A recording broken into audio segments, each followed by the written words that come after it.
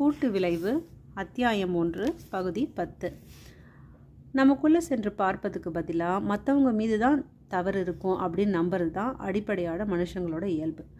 நமக்கு உள்ளாடி எப்படி போய் பார்க்குறது அப்படின்றது ஜேம்ஸ்க்கு சுத்தமாக தெரியாது. ஏன்னா அவர் பார்க்குற சமையல் நிகழ்ச்சிகளில் அது கற்றுக் கொடுக்கப்படுறதில்ல. அப்படியே அவரோட நண்பன் ஸ்காட்டை போல் அவரும் சுயமுன்னேற்ற புத்தகங்களை படிச்சிருந்தா எதிர்மறை பழக்கங்கள் எவ்வாறு களைவது அப்படின்றத ஜேம்ஸு கற்றுக்கொண்டு இருக்கக்கூடும். துரதிர்ஷ்டவசமாக ஜேம்ஸ் தினசரி மேற்கொண்ட சிறிய மோசமான தேர்ந்தெடுப்புங்க சிற்றலை விளைவுகளை தோற்றுவித்து அவருடைய வாழ்க்கையில் அனைத்து பகுதிகளும் மிக மோசமான தாக்கத்தை ஏற்படுத்துச்சு. ஸ்காட்டை பொறுத்தவரை கலோரிகளின் விஷயத்தில் அவர் கண்கொத்தி பாம்பாக இருந்து வந்தது அவரிடம் நேர்மறையான விளைவுகளை ஏற்படுத்தியதால் அவர் நேர்மறையான விளைவுகளை அறுவடை செஞ்சு கொண்டிருந்தார். கூட்டு விளைவு முன்கூட்டியே கணிக்கத்தக்கது, அளவிடப்படக்கூடியது என்பது ஒரு நல்ல செய்தி.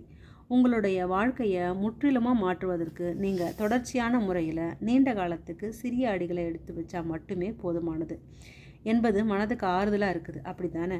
வெற்றி பெறுவதற்கு நீங்கள் பிரம்மாண்டமான செயல்களில் ஈடுபட வேண்டும் அப்படின்று முழங்குவதை விட இது மேலானது என்று நீங்கள் ஒப்புக்கொள்வீங்க தானே?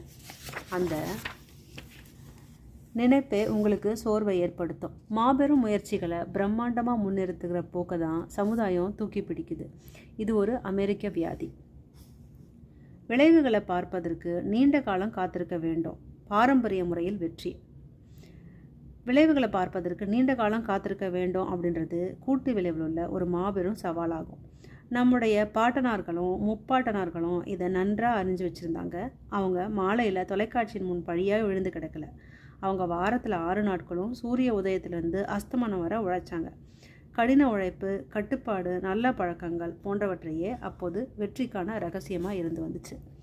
ஒரு தலைமுறையின் செல்வம் சேர்ந்திருந்தால் அதுக்கு அடுத்த தலைமுறையிடம் அது இல்லாமல் போய்விடுவது செல்வத்தை பொறுத்தவரை ஒரு வினோதமான விஷயம். அபரிமிதம் அலட்சிய போக்கை உருவாக்கும். அது உழைப்பற்ற ஒரு வாழ்க்கை முறைக்கு இட்டு செல்லும். குறிப்பாக செல்வந்தர்களின் குழந்தைகள் இதற்கு பலியாகிடுறாங்க.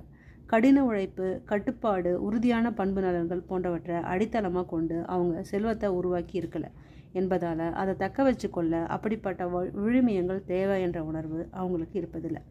அரசு குடும்பத்தினர், பிரபலமான நடிகர்கள், பெருநிறுவன நிர்வாக அதிகாரிகள் போன்ற குழந்தைகளிடம் இந்த உரிமையுணர்வு மனப்பான்மை அதிகமாகவே இருப்பதை நம்மளால் எளிதாக காண முடியும். தொடர்ந்து கேட்போம். நன்றி.